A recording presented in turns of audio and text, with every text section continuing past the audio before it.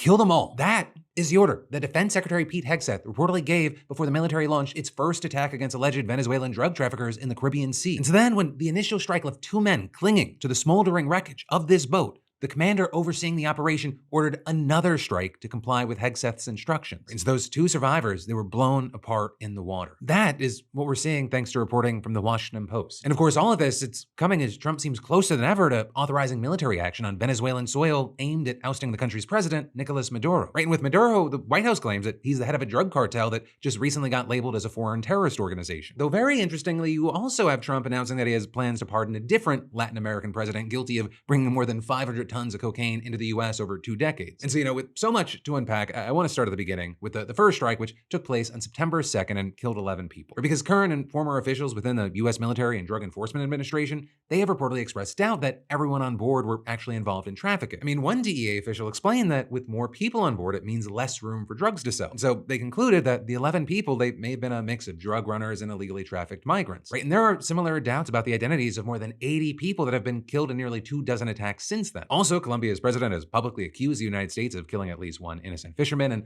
lawmakers have said that even in classified briefings, Pentagon officials haven't given any specific names of traffickers or syndicate leaders that have been targeted. Also, one of the big things is that there are gaps in the videos that the administration has been releasing of the strikes. All while you have the Pentagon not fulfilling a bipartisan request from lawmakers to see the unedited footage. But again, also, and I know I sound like a broken record here, even if it was true, which we don't know right now that it is, that all of these people were drug runners, that wouldn't make what happened legal. Right, experts as well as current and former US officials have said that these strikes are illegal under US and international law, and they may open up those involved to future prosecution. Because understand, no matter what this administration is claiming, there is no imminent threat of attack, and the United States isn't in an armed conflict with the cartels. And the reason I stress these experts and the people with the experience is because there's a billion fucking talking heads, myself included out there, saying things. But you've got experts like a former military lawyer who previously advised U.S. Special Operations Forces and is now the director of the National Security Law Program at Georgetown Law, explaining that because there is no real war, killing any of these men in the boats amounts to murder. But also with that, he said, hey, even if the U.S. were at war with these traffickers, an order like the one that Hegseth allegedly gave to kill all of the boat's occupants, even if they were unable to fight,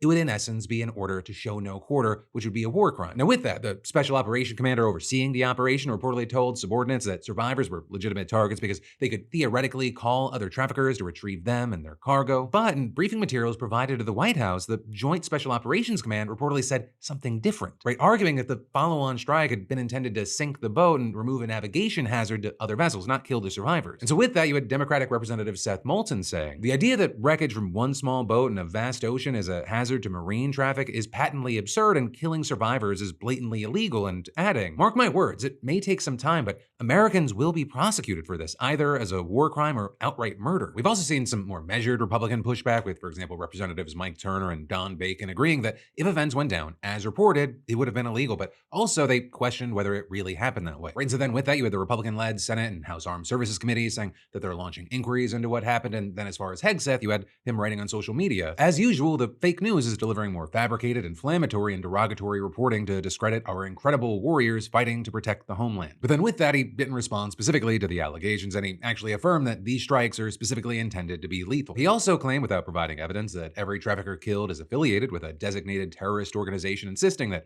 current operations in the Caribbean are lawful under both U.S. and international law. And finally, adding in a separate post, we have only just begun to kill narco-terrorists. You then also had Trump saying yesterday that he believed Hegseth 100%, but also that his administration will look into the matter, and claiming that he wouldn't have wanted a second strike. But also, as we learn more about what's already happened, what might happen next is what's got a lot of people on edge, especially as Maduro may have lost his last chance to negotiate. Or you had Trump confirming yesterday that he had a call with Maduro a couple of weeks ago. And while he didn't give details, you had the Miami Herald reporting that he gave the Venezuelan president an ultimatum, saying something along the lines, you can save yourself and those closest to you, but you must leave the country now. And with that, according to the anonymous sources, the administration offered safe passage out of the country for Maduro, his wife, and his son, but only if he agreed to resign right away. But Maduro, he reportedly refused. Instead, it was reported that he asked for global amnesty for any crimes that he and his associates may have committed, which the White House rejected. And also, it was reported that he asked to keep control of the armed forces in return for giving up political control and allowing free elections to take place, which the White House, again, also rejected. And so then, not long after that, you had Trump saying in a Thanksgiving address that the U.S. would soon be taking action against alleged drug trafficking networks in Venezuela